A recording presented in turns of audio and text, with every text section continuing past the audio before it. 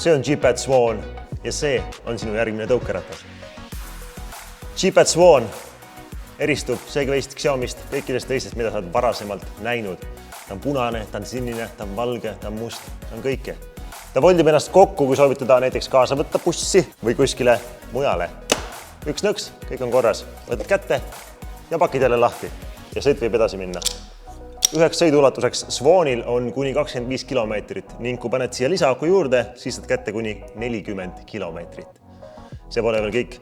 Swanil on nii ees kui taga ilmselged tuled, mis näitavad sind nii sõpradele kui ka teistele kaasliiklejatele. Lisaks on Swanil ka esiamort, mis ilmselgelt teeb sõitmise päris palju mugavamaks. Liikudes siit ülespoole on Swanil gaas, pidur, ekraan, kus näed kiirust ning mitmenda kiirusastmega oled sõitmas. Neid on siis nimelt 3, aeglane, keskmine ja kiire ning seda, kas tuled põlevad ja kas telefoni äpiga on ühendus. Äpiga tähendab seda, et G-Pad Swanil on olemas omaenda G-Padi äpp, kus saab vaadata erisuguseid parameetreid, muuta seda, kas LED-tuled põlevad, mis värviga nad põlevad, panna peale cruise-kontrolli ja kõike muud säärast veelgi.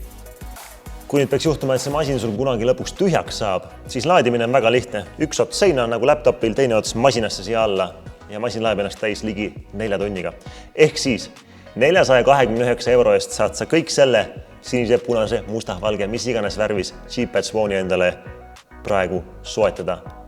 Eristu teistest, näe välja stiilne, sõida mõnusalt mööda linna ringi ning naudi elektrilisi tõukerattaid. Päu!